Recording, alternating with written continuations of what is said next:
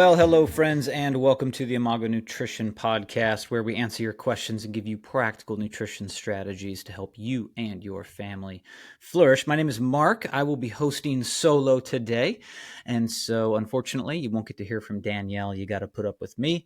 But I think we have a very interesting and certainly a timely topic to discuss today. And so, as of the publishing of this podcast, it will have been November 27th when this podcast episode releases, which will make it pretty much smack dab in the middle of what we call the holidays and exactly 4 weeks from Christmas. And so in that zone between Thanksgiving and Christmas. And we have a really great topic to discuss right here, smack dab in the middle of the holiday season. And so if you are someone who wants to first and foremost enjoy the holiday season, like that's okay to want to enjoy it. In fact, you should want to enjoy the holiday season, but you don't want to gain weight or you don't want to put on additional weight during this time.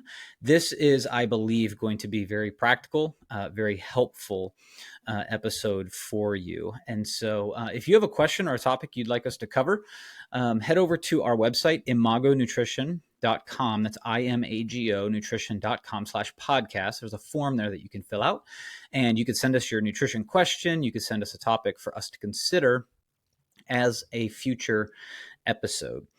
And so as we jump into this, again, as of the date of this publishing, it will be exactly 4 weeks from Christmas, and we will have just come out of Thanksgiving week. And it's interesting to note that in research, particularly on obesity, we see that in America, we tend to gain about 1 to 2 pounds of body weight per year of adulthood. Now, that may not seem like a lot, but it certainly stacks up to be a lot in the long run.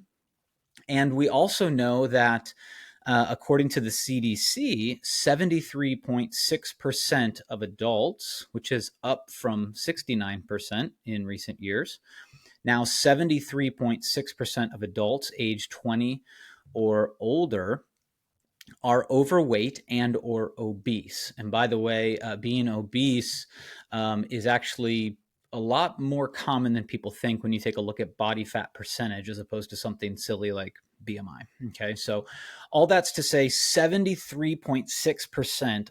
It's not going to be long before I think we're going to be able to say that 75% or 3/4 of Americans are overweight and obese. And so it is a problem.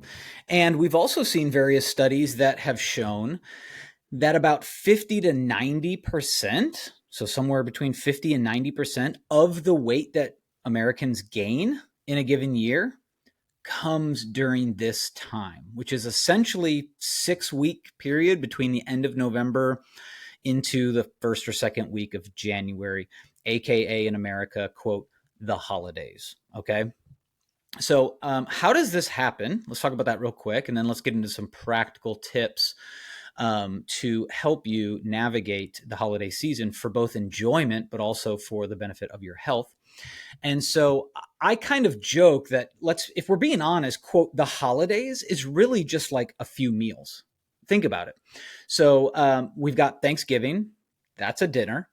We've got Christmas. That's a dinner. Maybe if you're like my family, you grew up also having a Christmas Eve dinner. So let's just call it 2, right? And then you've got what? New Year's? That's a dinner. You might have 3 or 4 meals that we call, quote, the holidays, right? But if we're being honest in America, we kind of turn that into a 6-week binge, don't we? And look, I'm not so impractical that I don't understand that it's about more than that, right? Like Thanksgiving turns into leftovers, turns into also having a Friendsgiving. Our church group did a Friendsgiving days after Thanksgiving. So we made some of the same Thanksgiving food again. And by the way, when I say we, I mean my wife, because she's better than me. And I also know that these are parties. These are work parties. These are friends parties. These are neighborhood parties. These are church parties.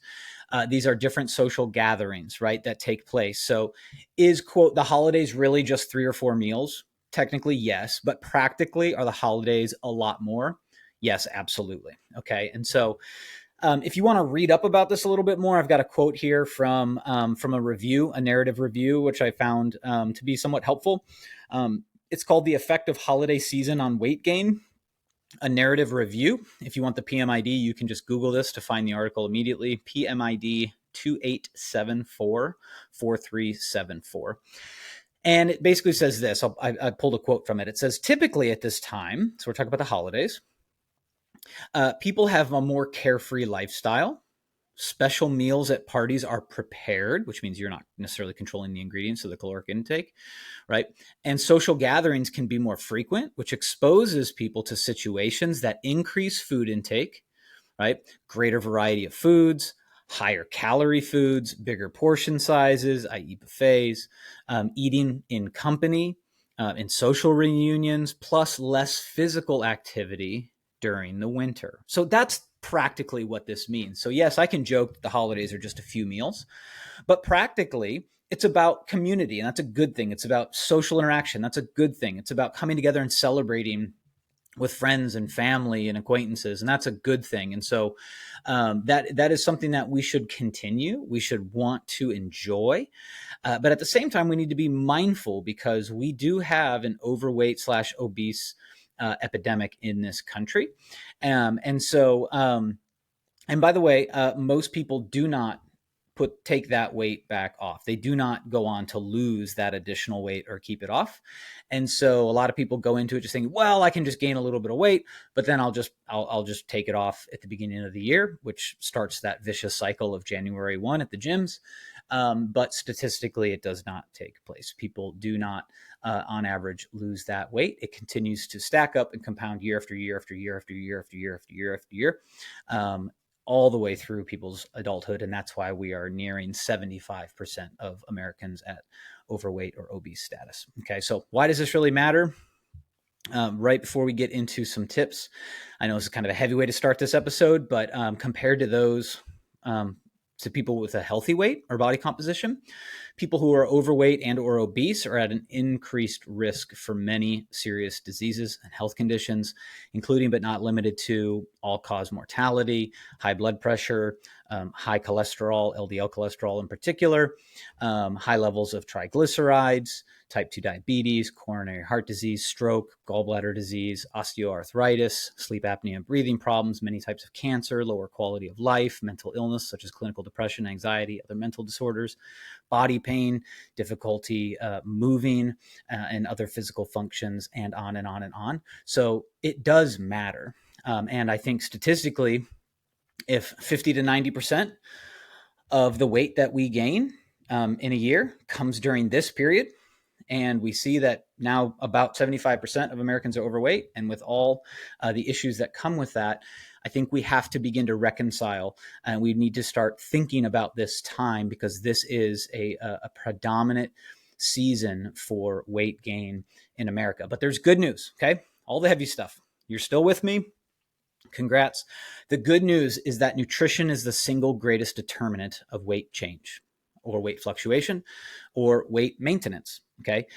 It is nutrition. Nutrition is, again, let me say this again, is the single greatest determinant of weight change or maintenance, okay? So what we put into our body is the single greatest determinant of this health marker, all right? And the other good news is that you can absolutely, like me, and what I do every year, is enjoy the heck out of the holidays without gaining excess weight, okay? And so there is not a food that you can't enjoy. There is not a dessert that you cannot have. There is not a party that you need not go to. We just need to talk about how to navigate that to avoid that excessive weight gain during this period, because again, this is when the most amount of weight is gained in a given year. Okay. So with that, there's good news. And I want to give you some tips. I think I've got 10. Okay. And as always with these lists, please do not get overwhelmed by the fact that there are 10 of them. Okay. I want you to think about them one at a time, maybe try one or two or three, experiment with them, see what works for you. You need not do all of these things, But chances are, if you want to experience the holidays, and without that additional weight gain, you're going to want to deploy some of these techniques. So here we go. Again, no less, and there might be some tips within tips, but no less than 10 tips to avoid holiday weight gain. Number one might surprise you. It's do not approach it with a restrictive mindset. Okay. So some people say, I'm not going to gain weight. So they immediately, what they think of is, okay, this holiday season, what I'm not going to do is I'm not going to have dessert. I'm going to enjoy the food, but I'm not going to have dessert. Or they're going to start a diet, or they're going to come up with some other way to restrict the foods that they consume. In order to avoid weight gain. And that restrictive mindset becomes like this burgeoning bubble that eventually bursts and pops. And then people go from restrict to binge, back to restrict to binge. And so what I tell people is, remember the beautiful fundamental truth that the only thing that causes weight gain, or fat gain more specifically, is a positive energy balance on average over time. Okay. Your body fluctuates weight multiple times a day, and that's a good thing. Okay.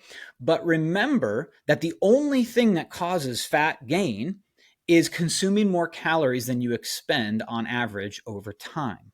Okay. That is a positive energy balance. So if you burn 2,000 calories a day and you consume 2,500 calories a day, okay, there's 500 calories, let's say, at the end of the day. Your body didn't create that energy. It can't destroy that energy. It can only do one of two things. It can convert it into work, or it will store it to be used as energy later. Okay, that is freeing, because the only thing that causes weight gain has nothing to do with the food that you choose. Now, are there considerations for the foods you can choose? Of course. Am I saying that you should just eat nothing but highly processed foods all year round so long as you're not gaining weight and you're going to be fine? No, of course not. But remember that no specific food causes weight gain. No specific food or drink causes sustained weight gain over time that results in added fat. Okay. And so technically, I don't recommend it, but you can lose weight eating nothing but pizza and ice cream, just like you can gain weight eating nothing but chicken and broccoli. Now, I don't recommend either of those, right? But you can lose weight eating nothing but pizza and ice cream if you're in a negative energy balance where you consume less calories than you expend on average over time. Okay. And you can also gain weight eating nothing but pizza and ice cream if you consume more calories than you expend on average over time. What dictates weight change is energy balance, not food selection. So again, number one, don't approach the holidays with a restrictive mindset. Be free in the fact that if you control your calorie intake in some way, shape, or form, you won't gain weight. If on average you burn 2,000 calories, and irrespective of food choices, you find a way to adhere to about 2,000 calories when you're burning about 2,000 calories a day, you will not gain fat. It's not theory.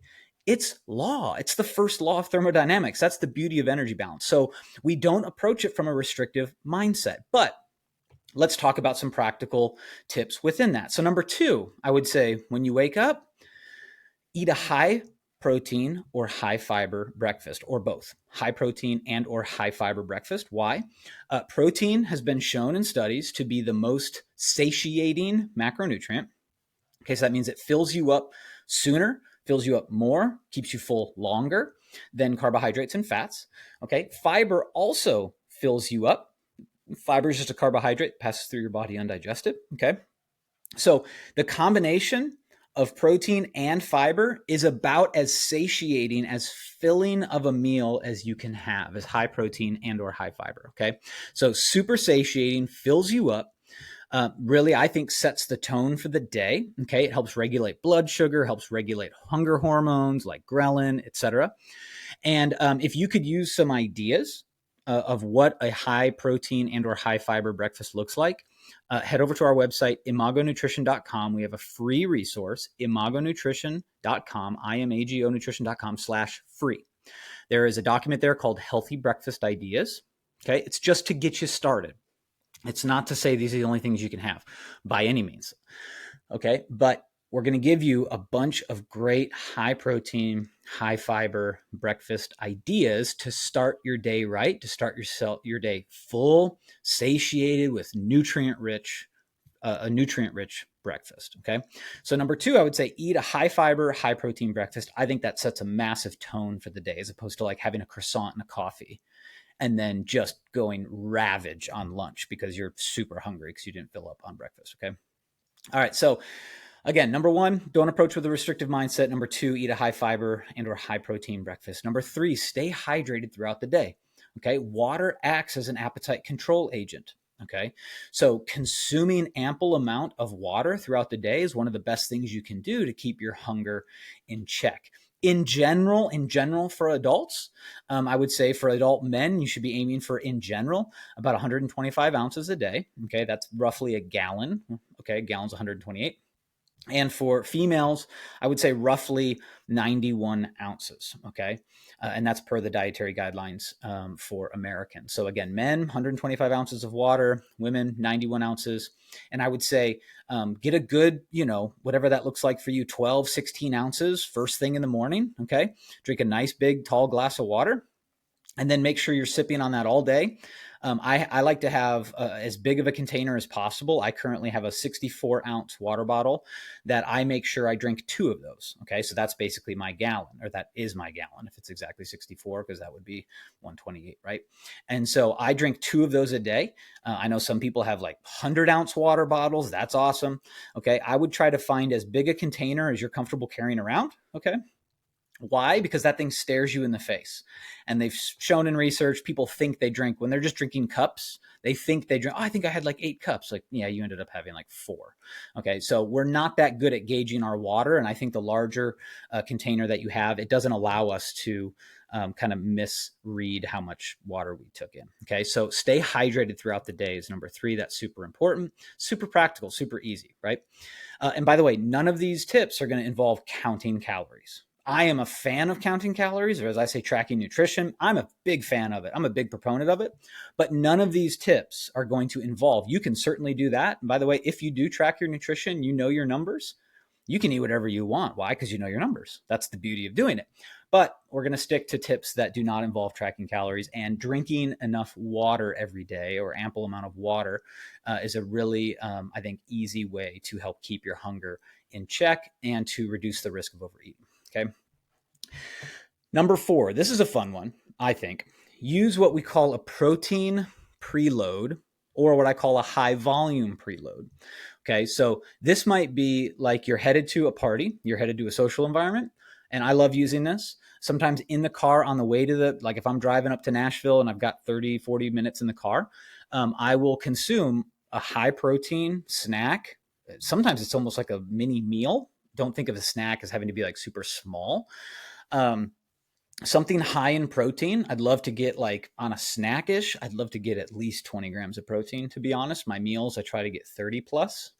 That's not a lot. If you're hearing that, you're like, oh, that's a lot of protein. Not really. And so the other fun thing to do is what I call a high volume preload.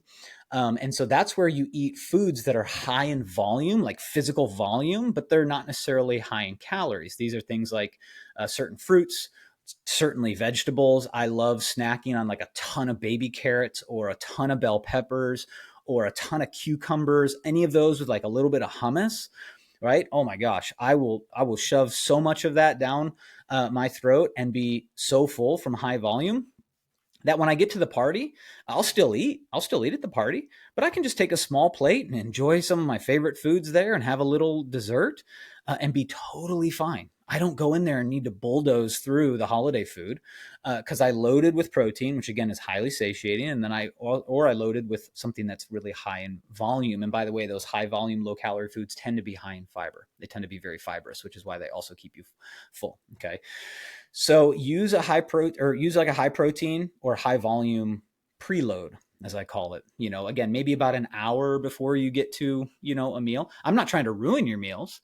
I'm just trying to say, tell your body that it's okay to go in there only moderately hungry, not starving. A lot of people do this whole thing where they're like, oh, I'm going to save up all my calories, right? I'm going to, what I call a caloric shift. I'm going to shift them all to dinner. And then they just end up binging like crazy at dinner, I'd rather use a preload personally. Okay. I think it helps reduce the risk of overeating, and I can still go and enjoy all the same foods. I'm just not, super hungry when I get there, and that's a good thing. Okay. So that's number 4, use a protein or high volume preload. Number 5, eat mindfully. We've talked about this on several episodes. I love this topic. What we mean by mindfully, in an age of intuitive eating, this is not the same necessarily. Eating mindfully sounds a little bit more like this. Let's say you get to a party, you fill up your plate, you go and you sit down. Here's what eating mindfully could look like in a given scenario. Number 1, just take one bite at a time. Okay. You'd be surprised how often we are taking multiple bites. Okay. As Americans, look, I was in the military. They trained us how to eat an entire meal in boot camp in like 2 minutes. Okay. I know how to shove food down my throat. This is the opposite of that. Okay. Chew one bite at a time.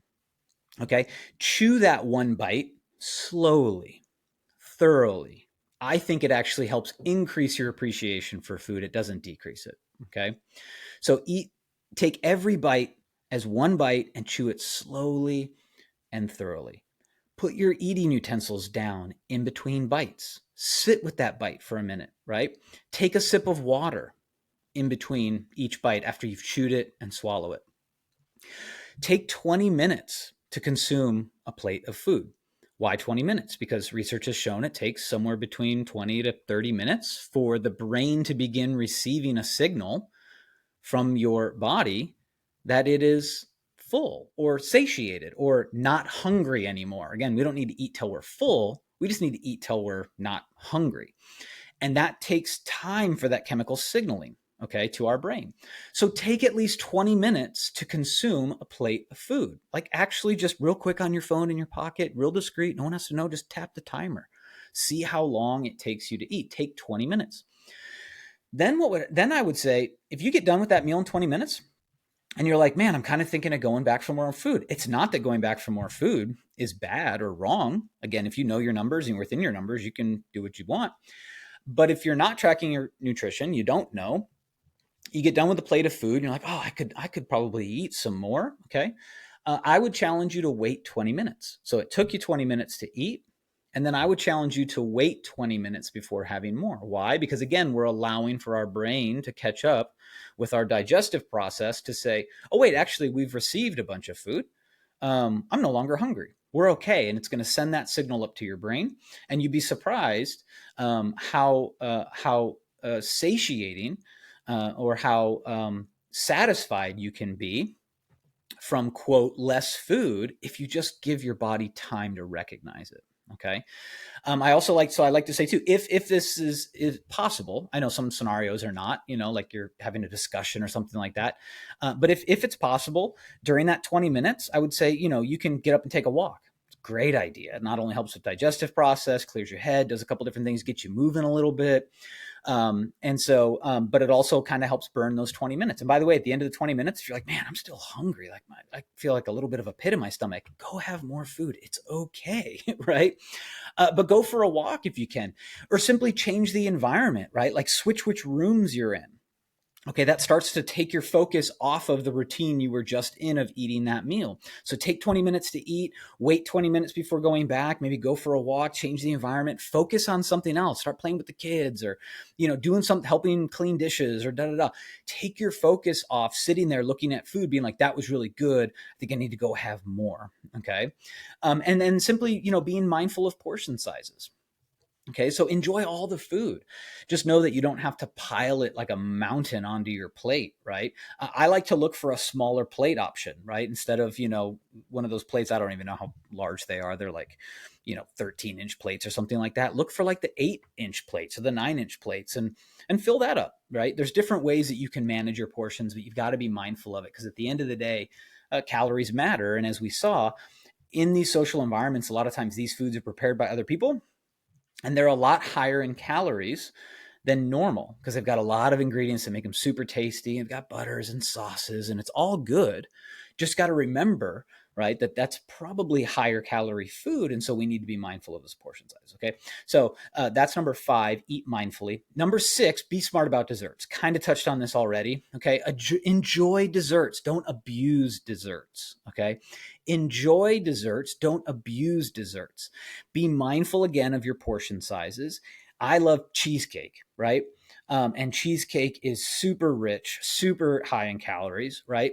And if given the chance, I could eat half a cheesecake in one sitting, no problem. What I should do is take a look at one slice, right? And perhaps even a little less than an average slice of cheesecake, okay, depending on where I'm at in the day and how I'm feeling and what I've eaten before. But you've just got to be mindful of portion sizes, particularly when it comes to, desserts like pecan pie. I mean, incredible dessert, super high in calories. Why? It's got a lot of fat. Fat has more calories than carbs and protein per gram, like et cetera, et cetera. Just be mindful that these are higher calorie ones. And there's another nutrition coach that has a great podcast. Her name is Maggie Sterling. She runs a great podcast called Burn Fat with Your Brain. And one of the things that even I've learned from her, and that's a free plug. Maggie doesn't know me. If she's listening to this, hey, Maggie, what's up? Would love to talk sometime with you. But one of the things that I love that she talks about is understanding that, 10 bites isn't going to taste better than 2. Okay. So we think that the brain sort of tricks us into that. It's like, that was a really good bite. If I eat another one, it'll be twice as good. And if I eat 3, it'll be 3 times as good. If I eat 10, it'll be 10 times. It's not. It's the same food. It's the same palate. Every bite tastes the same. It doesn't taste better. Okay. So you can still enjoy those bites, enjoy those portions without believing that more equals better. Okay. So, and then use those mindful eating techniques, I talked about before, one bite at a time, chew each bite slowly and thoroughly, enjoy it, put your eating utensil down. I put my fork down in between every bite of cheesecake, right? Take a drink of water, take 20 minutes to consume that dessert, right? Slow everything down, allow your brain to catch up with your body and signal that it's okay. We're taken care of. We have food in our belly. We don't need to overeat. Okay. So be smart about desserts is number 6. Number 7, watch your alcohol intake. Okay. Remember that at the bare minimum, 1 gram of alcohol alone is 7 calories. That's more than protein and carbs. So every gram of alcohol is 7 calories. That doesn't even account for the other ingredients or the other fixins. Okay. I love a good cocktail now again. All I can say is that just the alcohol alone comes with calories, let alone the other things we put into things like a cocktail. Okay. So just got to be mindful that at the end of the day, yeah, calories do matter. Math matters. And what goes into your energy balance equation are the foods you choose, the portion sizes, and things like drink, particularly alcohol intake, especially because if we're all being honest, we know if you've consumed alcohol, we know that we often overconsume food when we're drinking. Okay.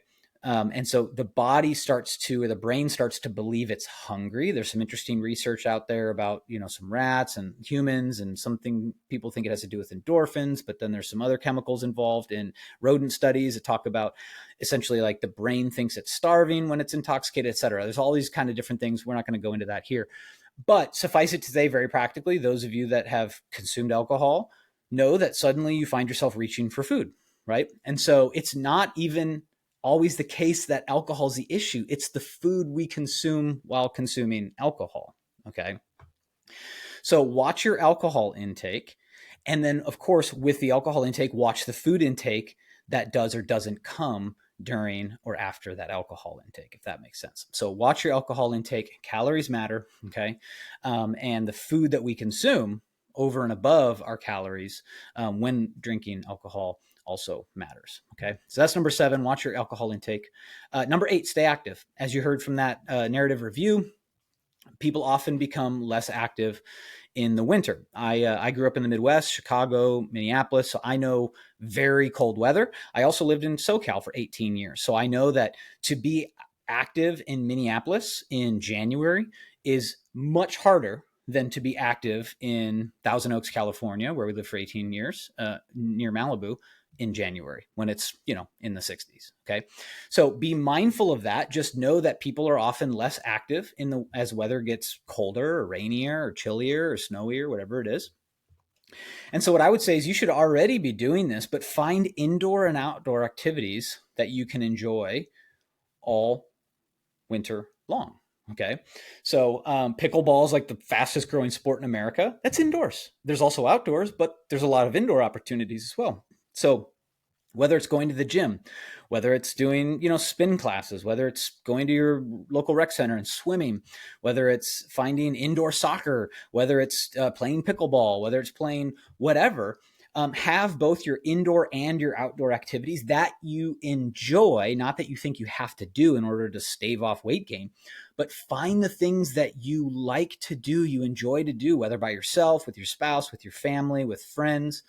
Find those things so that your activity doesn't tank in the winter at the same time as your calories are going up. Okay. So we want to make sure that we're balancing that year round. So that we can stay active even when it gets cooler. Okay. So again, find indoor and outdoor activities that you enjoy. When it's nice outside, go outside. When it's crummy outside, do something inside, right? Like enjoy the challenge of finding selfishly what you enjoy doing. That's how you're going to be able to adhere to that long term. Okay. So having those indoor and outdoor activities so that you can stay active. That's number 8, stay active throughout the winter. Okay. I'm all for grabbing a blanket and cozying up next to a fire and watching a movie. I'm all for that. Okay.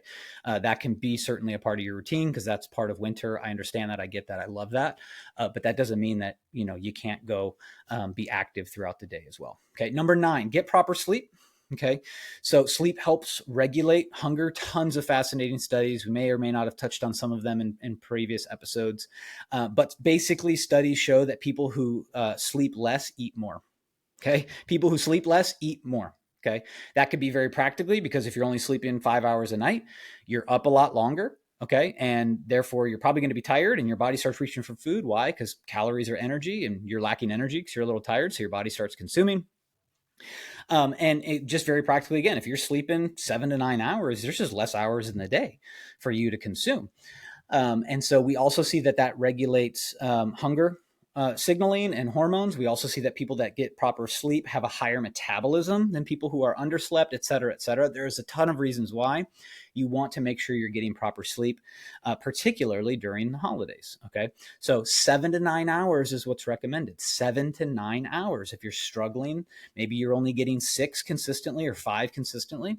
What I recommend is moving your bedtime back. Sometimes you can't dictate what time you get up. You got work considerations or family considerations. You got to get up at, let's say, 6. But you can start to navigate that by going to bed a little earlier. I don't recommend anything drastic. Sometimes it looks like going to bed 15 minutes earlier for a week. Okay. And then from that, as your new baseline, then you move that back 15 minutes for the next week. And then another 15 minutes for the week after that. It's okay if it takes 3, 5, 6, 8 weeks for you to get up there. But suffice it to say, make sure that you're getting that 7 to 9 hours of sleep for a host of reasons, not the least of which is helping stave off holiday weight gain. All right. And number 10, finally, hope this has been helpful. Hope it's been practical. Hope you have some fun kind of experimenting with some of these and trying some of these. Number 10, I think is just kind of an interesting one that I put together in my notes.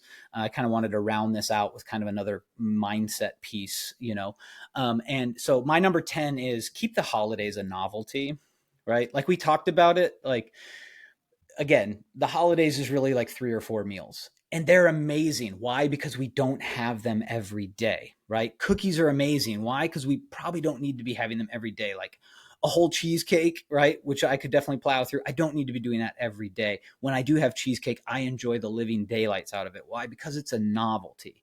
It's not every single night. Okay. And so, the holidays are a novelty. They should be a novelty. They should be a time of celebration and community and coming together.